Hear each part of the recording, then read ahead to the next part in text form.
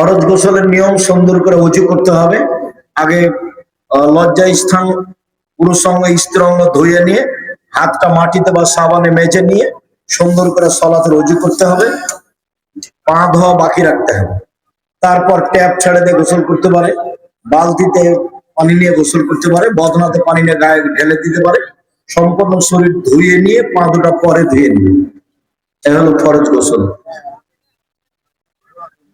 কেউ মসজিদে টাকা দান করলে তার নাম মসজিদের গেটে লেখা যাবে কি না? না না, খবরদার নয়। জায়গা বা টাকা লিখলে তো তাহলে তার ছেলে মেয়ের বা তার নিজের অহংকার আসবে। তাহলে একে দিয়ে জাহান্নাম উদ্বোধন হবে। জাহান্নাম উদ্বোধন হবে তিন শ্রেণীর মানুষ দিয়ে। এক, মাওলানা সাহেব দিয়ে। দুই, দানশীল দিয়ে। তিন, শহীদ। তিনজনই খুব বড় বড় মানুষ। যদি অহংকার আসে তাহলে তিনজন দিয়ে কি হবে? জাহান্নাম উদ্বোধন হবে। যারা জেনা চুরি ডাকাতি করেছে ওরা জাহান্নামে যাবে, তবে প্রথমে নয়, এরাই যাবে আগে। শুকরিয়া, জাযাকুমুল্লাহ খাইর। জি, আমি আপনাদের কল্যাণ কামনা করি। দিনী ভাই বোন, আর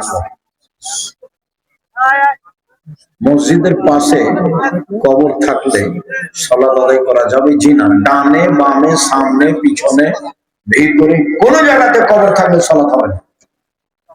মসজিদের দেওয়াল এবং কবরের মধ্যে অতিরিক্ত প্রাচীর দিতে হবে, নাহলে কবর ভেঙে হাড়হাড্ডি অন্য জায়গায় নিয়ে যেতে হবে, আর না হলে মসজিদ সরিয়ে দিতে হবে। খুব কঠোর ভাবে না করা আছে। সালাত হবে না কবরের পাশে, কবরের উপরে, কবরের দিকে, সব হাদিস। শুকরিয়া, সুবহানাল্লাহ ওয়া বিহামদিহি, আশহাদু আল্লা ইলাহা ইল্লাল্লাহ।